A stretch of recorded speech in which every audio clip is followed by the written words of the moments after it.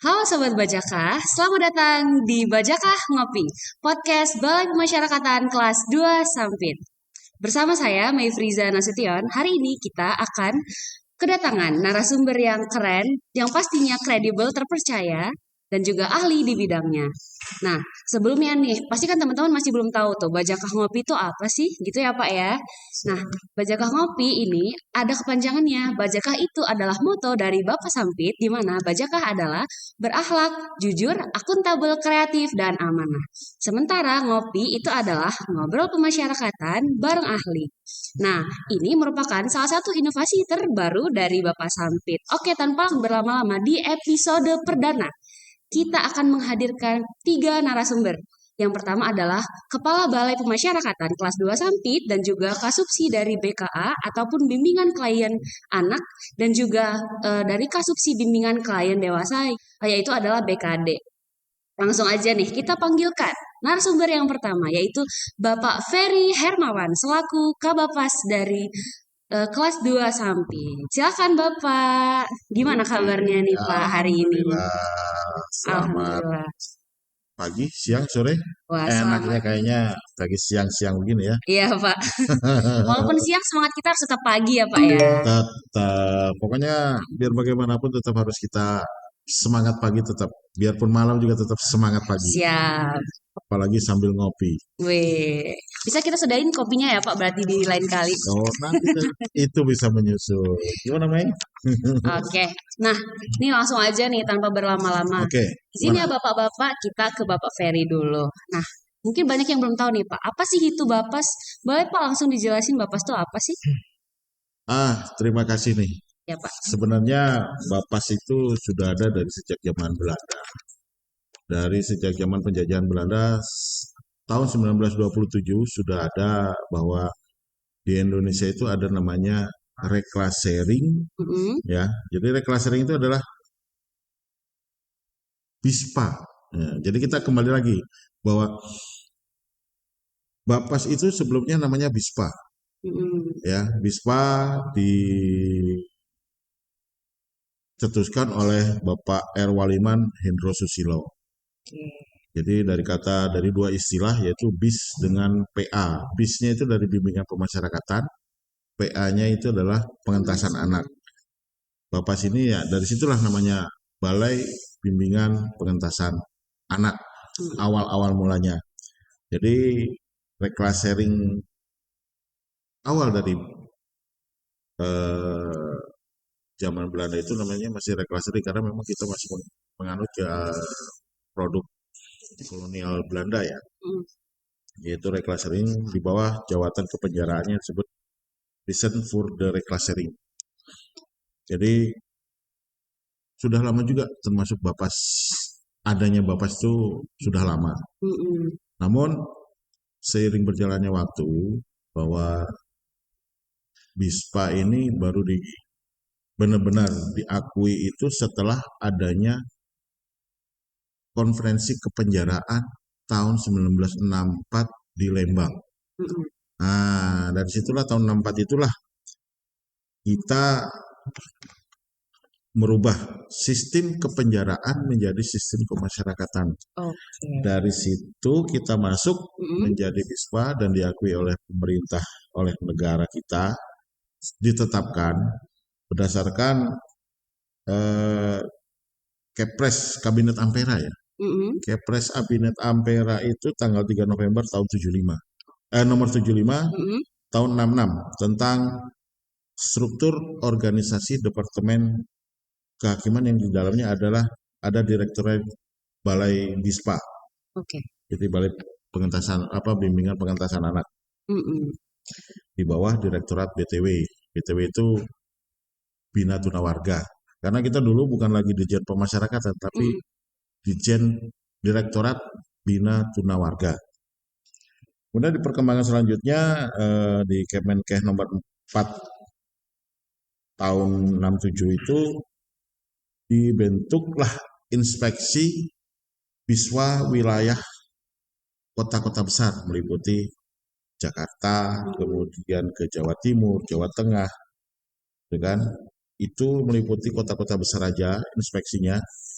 Dan tahun 1970 baru di kota-kota kabupaten yang memang ibu kota provinsi lah kita dibentuk beberapa BISPA. Jadi khususnya kota-kota ibu kota provinsi. Oke. Gitu. Kemudian sampai menjadi Bapas di tahun berapa tadi, Pak? Nah, Berarti berjalannya sampai waktu akhirnya, kita kan Bapas itu mulai ada dirubah dari BISPA menjadi Bapas itu tahun 97 mm-mm. oleh Keputusan Menteri Kehakiman Republik Indonesia nomor M01.PR.0703 tanggal 12 Februari 97 yang disusul oleh edarannya dari Direktorat Jenderal Pemasyarakatan nomor E.PR.0703 17 tanggal 7 Maret 97 tentang perubahan nomenklatur Balai BISPA menjadi Bapas. Sejak itulah tahun 97 berubah dari BISPA menjadi Bapas. Oke.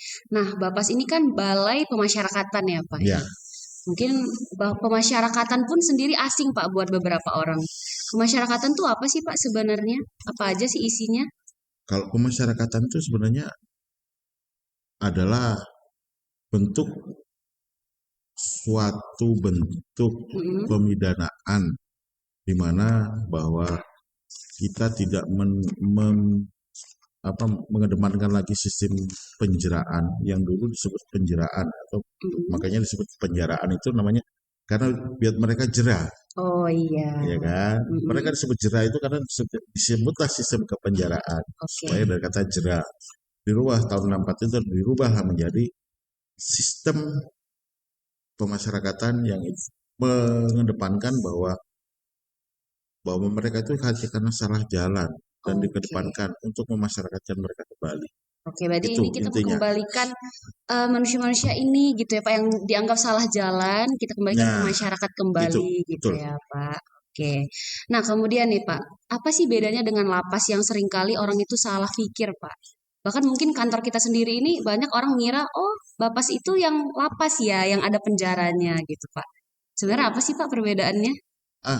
Perbedaan banyak perbedaan. Ya, yang paling umum nih Pak, kira-kira apa perbedaannya? Jadi kalau perbedaannya itu bahwa kalau namanya lapas itu adalah tempat pembinaan ya. Yeah.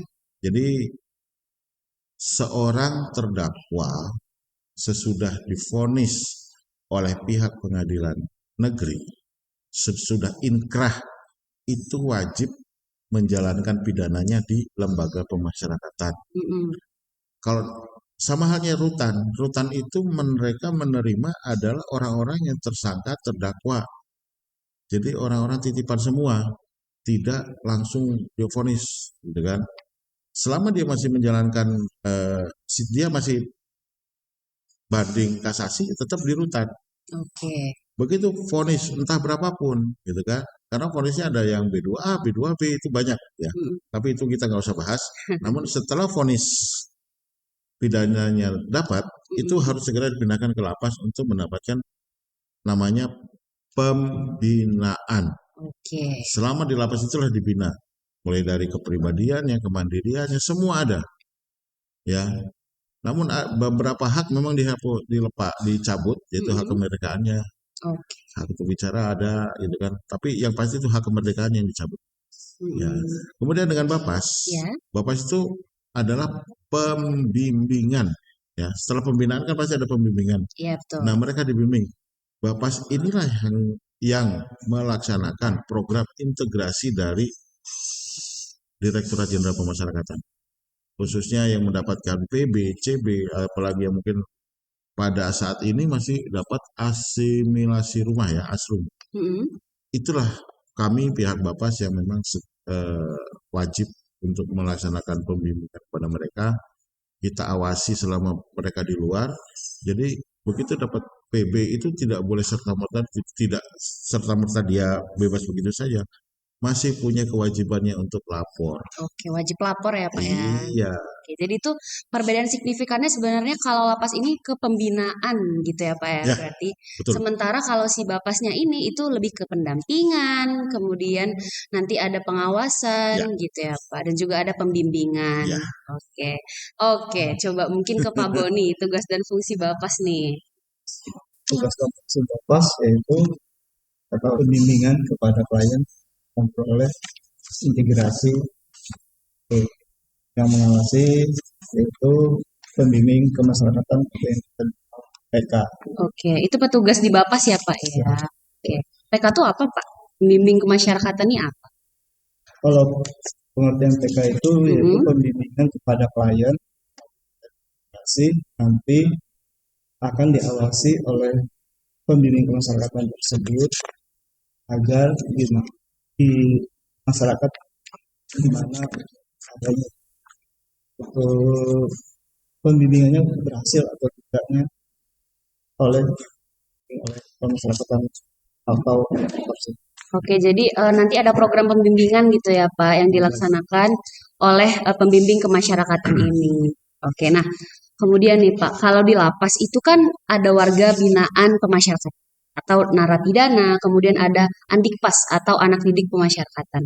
Kalau di Bapas itu kita ada klien pemasyarakatan. Boleh deh Pak dijelasin klien pemasyarakatan itu apa?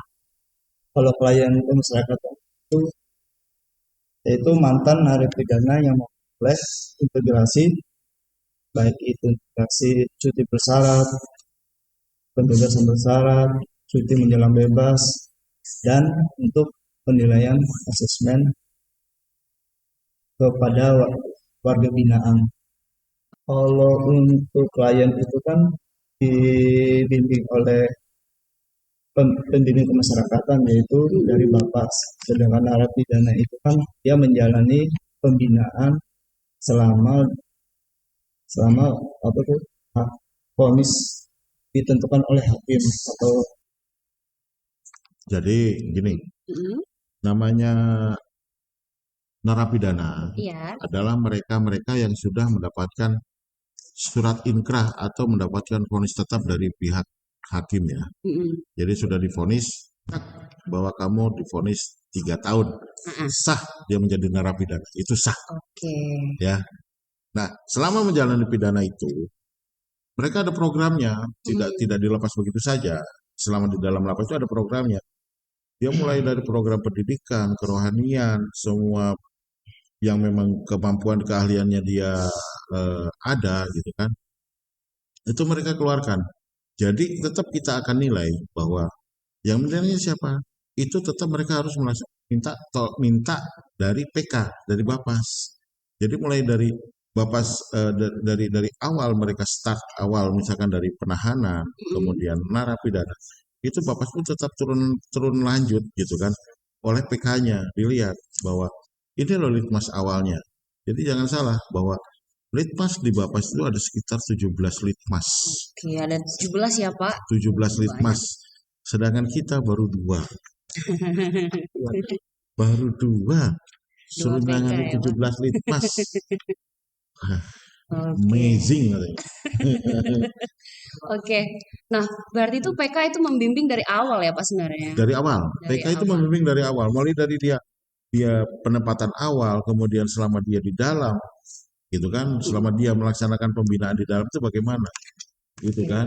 Kemudian begitu setelah selesai, nanti pihak lapas itulah yang menilai. Ini loh berhak mendapatkan dia PB. Oke. Ini loh berhak dia mendapatkan CB. Dan dilihat juga CB itu berapa rentang vonisnya. Dia misalkan vonisnya setahun 4 bulan atau setahun 2 bulan, dia mendapat CB. Tapi kalau di setahun 6 bulan, itu dia mendapat PB. Gitu. Atau CMB. CMB pun banyak. Ada CMB-nya, ada cuti menjelang bebas tuh besarannya sebesar dia remisi terakhir yang dia terima. Gitu. Jadi CMB cuti menjelang bebas itu tidak full seperti kalau kita dari PB. Kalau PB kan dia melaksanakan 2/3. Sama CMB pun 2/3-nya. Namun dia besarannya itu sebesar remisi dia terima terakhir. Kalau misalkan dia terima sebulan, ya sebulan. Dia terima 2 bulan, ya 2 bulan gitu kan. Beda dengan PB. PB lain lagi. Oke, wah. Gitu. Jadi sebenarnya ada syarat-syarat tertentu ya Pak, bagaimana bisa seseorang ataupun dari warga binaan itu akhirnya bisa menerima PB, kemudian CB, CMB dan sebagainya.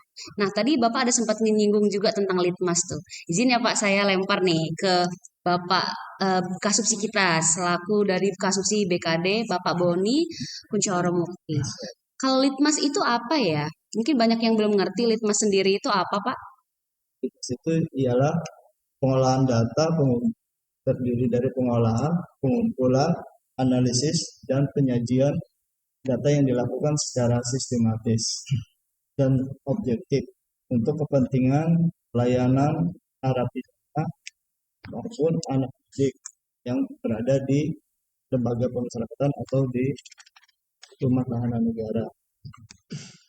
Jadi untuk kata Bapak tadi, itu seperti penilaian penempatan, untuk penilaian memperoleh integrasi nanti, itulah jadinya berupa litmas tersebut. Oke, jadi litmas ini adalah kepanjangan ya Pak sebenarnya, yaitu adalah penelitian kemasyarakatan Ya, gitu. Dan tadi Bapak bilang jenisnya itu ada 17 ya Pak ya. ada 17. Dan saat ini Bapak Sampit hanya punya 2. Baru punya PK2 dan itu pun belum semuanya memang terselenggara dengan baik ya kan, keterbatasan SDM kita. Iya. Kemudian juga sebenarnya kami ingin juga dengan namanya litmas awal, litmas penempatan itu semuanya litmas kita. Semuanya litmas ada. Banyak litmas itu kan yang dilihat itu kan aspek bagaimana dia berkeluarga, bagaimana dia bermasyarakat. Itu banyak Wah, jadi litmas ini sangat banyak isinya ya Pak, sangat detail semua latar ada. belakang dari warga binaan itu ya Pak ya. Nah mungkin teman-teman di sini pada penasaran kali Pak, litmas itu apa? Kayaknya bisa kita bahas lebih detail nanti di episode selanjutnya yang akan dibawakan oleh pembimbing kemasyarakatan kita, Pak. Betul.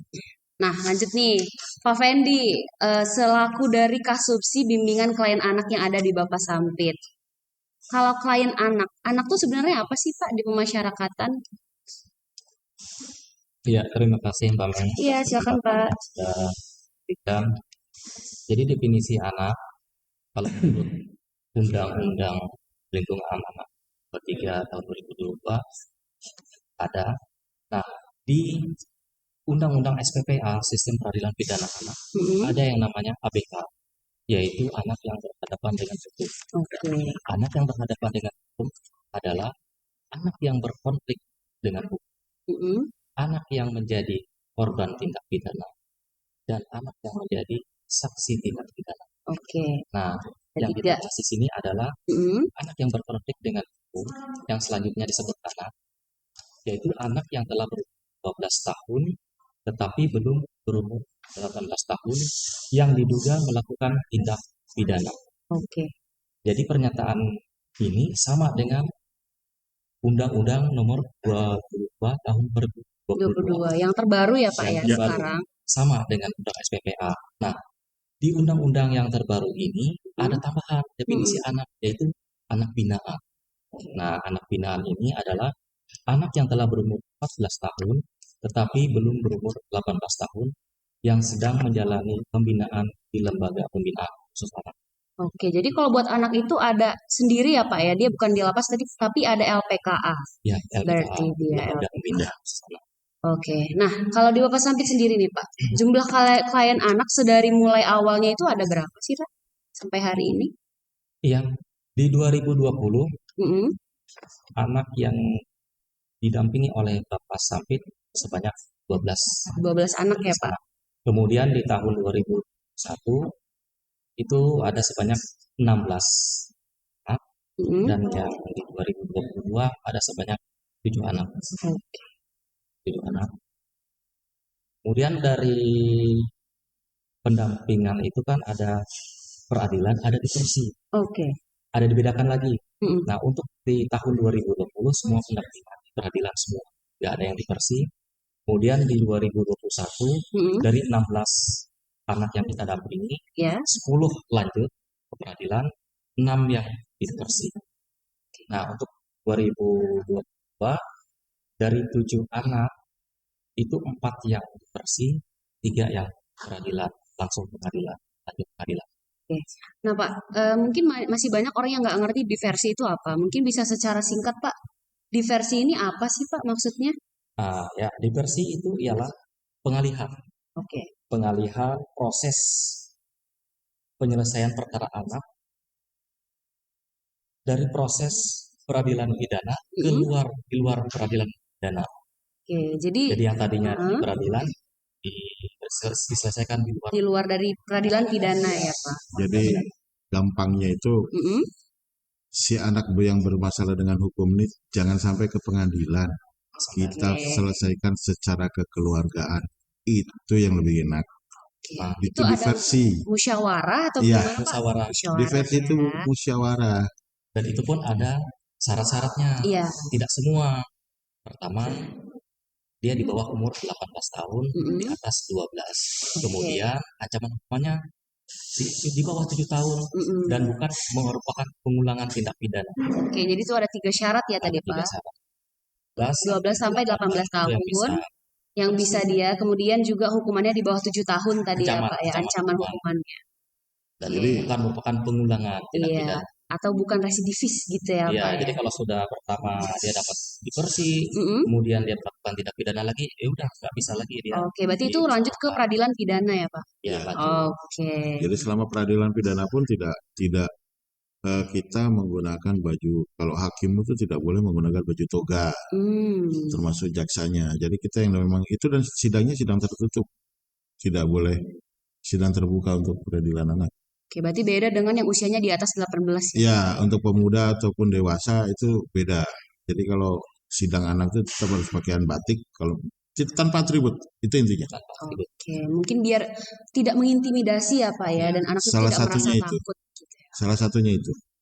Jadi bahwa itu kita masih ke anak. Oke. Nah, kemudian kan kita juga punya kegiatan Bapas Goes to School ya Pak ya. Buat gimana anak-anak muda ataupun generasi muda kita ini mulai sadar juga taat hukum. Mungkin Pak Fendi bisa sekalian nih mempromosikan apa sih kegiatan yang udah kita lakuin 2 kali itu Pak?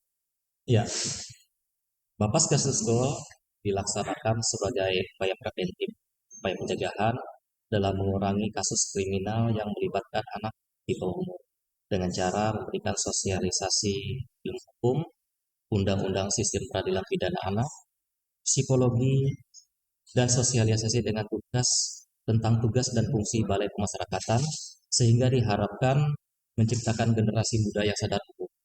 Nah, Bapas Goes to School ini juga mendukung upaya pemerintah daerah dalam mewujudkan kota layak anak di Kota Waringin Timur. Untuk sementara, Bapas Goes to School di tahun 2022 sudah dilaksanakan di 2 sekolah, yaitu yang pertama di SMA N3 Sampit dan yang kedua di SMPN 2 Sampit. Oke, berarti sejauh ini masih 2 ya Pak? Masih 2. Mungkin nanti bakal nambah lagi Pak? Pasti nambah. Harus nambah. Ini buat adik-adik mungkin yang nonton ya Pak ya. Ya. Tunggu kehadiran Bapak Sampit di sekolah-sekolah kalian. Oke. Karena memang namanya Goes to School kita supaya mereka lebih mengenal lagi terkait undang-undang perlindungan anak. Kemudian juga Bapas itu apa sih? Fungsi dan tupoksi. Itulah makanya disebut fungsi tupoksinya Bapas itu apa aja. Kan nanti mereka bedah juga pas di kegiatan Bapas Goes to School. Betul. Karena yang terbaru juga kan kemarin Kumham Goes to Campus ya. Iya, betul. Kita nggak ada salahnya, kita juga. Kita punya juga ya Pak. Iya, Bapas Sampit Goes to School. Betul. Jadi memang kita sudah mendahului sebenarnya dari beliau. Oke, Bapak Sampit. Boleh Pak diceritain sejarah dari Bapak Sampit sendiri? Kita kan udah tadi bicara secara umum ya Pak, Bapas itu apa? Nah, Bapak Sampit itu gimana Pak awal terbentuknya? Kalau Bapas Sampit mulai dibentuk itu bukan dibentuk ya. Berdasarkan Kemenkumham nomor tahun 2019 kalau nggak salah, bahwa itu sudah ada Mei, 30 Mei atau berapa, di bulan Mei itu bahwa ada Kemenkumham terkait pembentukan beberapa UPT pemasyarakatan khususnya Bapas. Ya, Bapas dan Lapas kelas 3 itu yang baru. Nah, salah satunya Bapas Sampit yang memang didirikan baru berjalan dan operasional itu secara penuh berdasarkan anggaran pemerintah itu di 2 Januari. Karena 1 Januari pasti libur, Ya, tahun baru. tahun baru ya Pak.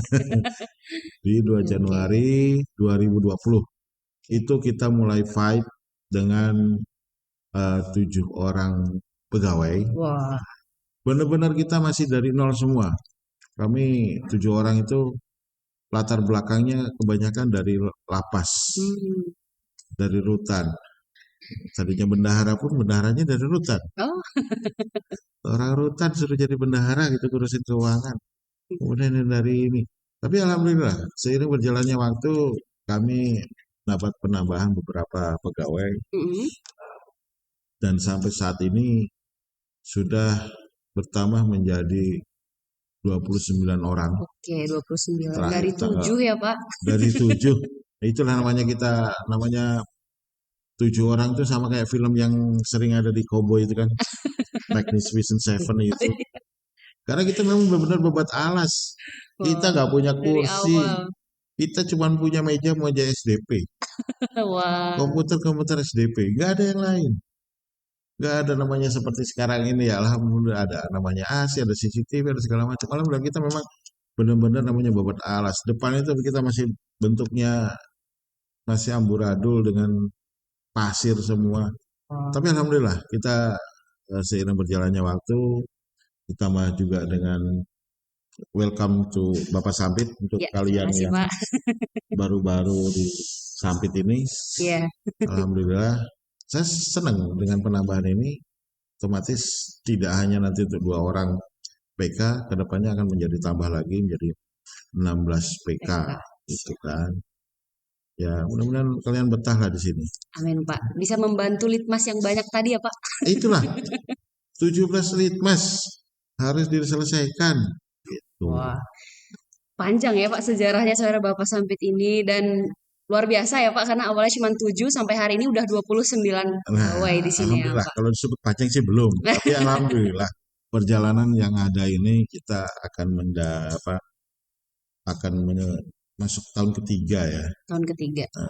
dengan bertambahnya usia nih Bapas, bertambah juga pegawai ya insya Allah yang menambah-nambah inilah tambah betah Ya, tambah betah di Bapak Sampit, memajukan Bapak Sampit, Bapak kita semua dengan ya Bajakah inilah iya. kita Wah, majukan. Bajakah Pak itu ada di depan kita ya Pak. Ada di depan Betul. apa itu si Bajakah Pak? Sebenarnya si Bajakah itu berupa kayu. Oh, kayu apa itu Pak? Itulah kayu Bajakah. Mungkin orang bilang namanya kalau di YouTube di apapun itu namanya tetap akar Bajakah. Sebenarnya sih bukan akar, Apa itu Pak? tapi bentuk batang yang memang dia menggantung ke atas gitulah kan, seperti tali. Itu akar Bajakah, itu kayu Bajakah. Dan itu manfaatnya besar sekali.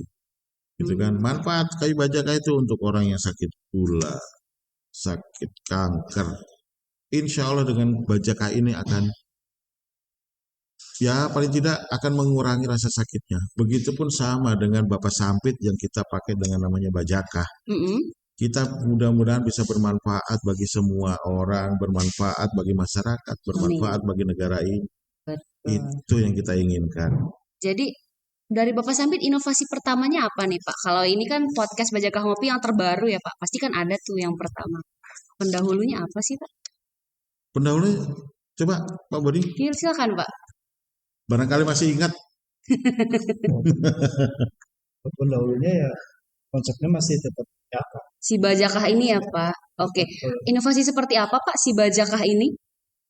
Intinya kalau untuk di dunia kalian dewasa yaitu untuk lapor diri, secara online. Selama pandemi ini kita laksanakan itu lapornya online atau kita bilang video call. Oke. Jadi dia bentuknya aplikasi atau web Pak si Bajakah ini? Kita bentuknya untuk sementara mungkin masih web, tapi sudah terbaru ya Pak. Sudah aplikasi ada Play Store. Kita sudah menggunakan aplikasi. Oke, jadi si Bajakah ini tuh adalah inovasi dari Bapak Sampit unggulan ya Pak saat Ya, itu, bahwa ada aplikasi yang digunakan untuk wajib lapor ya Pak, wajib lapor dari klien pemasyarakatan ya Pak. jadi Oke, sebenarnya awal mula itu kita dari Halo, oke, Halo halo. Bajaka. Oh, Jadi Halo halo Bajaka Bajakah. itu sebenarnya hanya mengakomodir Mm-mm, beberapa surat permintaan jika ada yang memang mendesak untuk pendampingan anak. oke.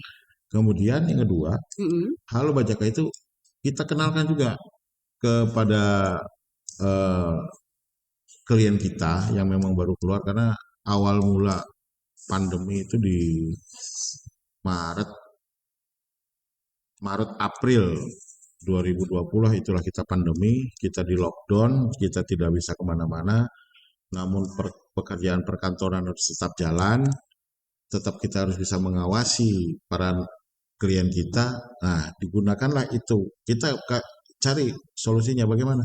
Kita cari nomor telepon, kita cari HP. Dari situlah kita, sudah nanti kalau kamu mau lapor, ini pakai nomor ini. Kamu oke. lapor lagi sini. Itu awal mula yang ada. Halo Bajakah ya Pak Halo Bajaka. awalnya. Iya, jadi untuk klien anak, klien dewasa ada semua.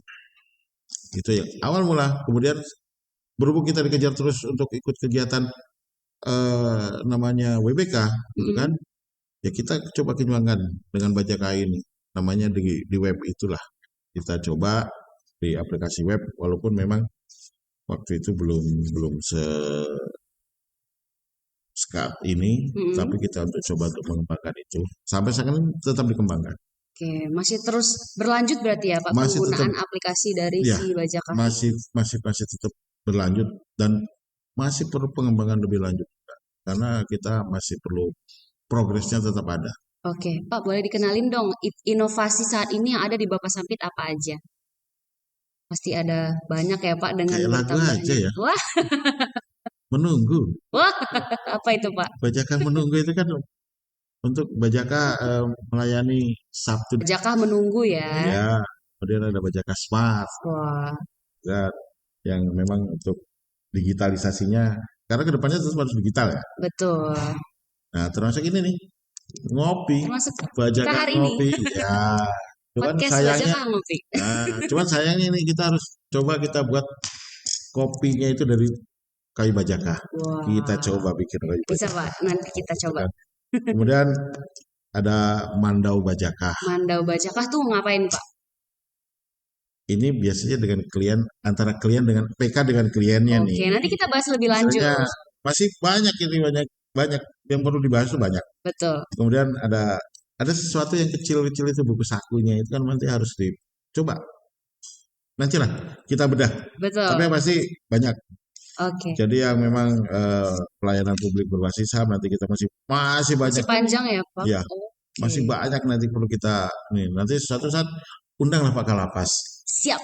Nah, bisa juga nanti undanglah Pak Ketua PN. Pak kita mengedukasi kita semua. Betul. Itu loh. Ya, semua yang memang kita bisa turunkan di sini, kita turunkan. Ayo, sama-sama kita bangun Bapak sini untuk maju. Betul. Berarti ini kita akan berlanjut ya jangka panjang berarti ini Kak, Oh ya, ini Pak ya pasti ya. tetap Kita harus akan tetap berlanjut. mengedukasi masyarakat dengan informasi yang pastinya edukatif, informatif dan juga solutif Ya, berarti ya Pak ya. itu yang solutif wajib. Oke, nah dari sekian banyak nih, mungkin ada yang mau disampaikan dari bapak-bapak ini sekalian kepada para masyarakat yang nonton di sana Pak? Atau mungkin klien Untuk kita yang untuk para nonton? klien dan masyarakat yang ada, Mm-mm, kalau memang ada kepentingan atau keperluan yang memang perlu kita bantu, alhamdulillah bisa kita bantu. Apalagi yang memang masyarakat pada umumnya bahwa di sini juga termasuk Posyandu Kommas, oke, pelayanan posko pelayanan, ya Wasis HAM. Kemudian juga kalau memang mereka perlu bimbingan terkait apa psikologi ya, mm-mm, insya Allah kita bisa bantu juga. siap. Kita banyak para sarjana-sarjana psikologi. Insya Allah dari para PK-PK kita bisa membantu memang kasih menjadikan solusinya, eh, solusi segala solusi lah. Walaupun kita tidak seperti Pegadaian, menyelesaikan masalah tanpa masalah. Siap. Ya, Kalau dari Pak Boni sendiri mungkin ada yang mau disampaikan? Atau dari Bapak Effendi? Oke, sudah diwakilkan oleh Bapak Kabapas kita. Wah, saya ucapkan terima kasih banyak atas segala informasi dan juga ilmu pengetahuan Pak yang kita dapatkan hari ini. Semoga ini bisa berguna ya Pak, pastinya buat yang nonton. amin, amin. Dan sampai jumpa dan sampai ketemu lagi di episode selanjutnya. Assalamualaikum warahmatullahi wabarakatuh. Wah, Sampai jumpa Sobat Bajaka. Bye.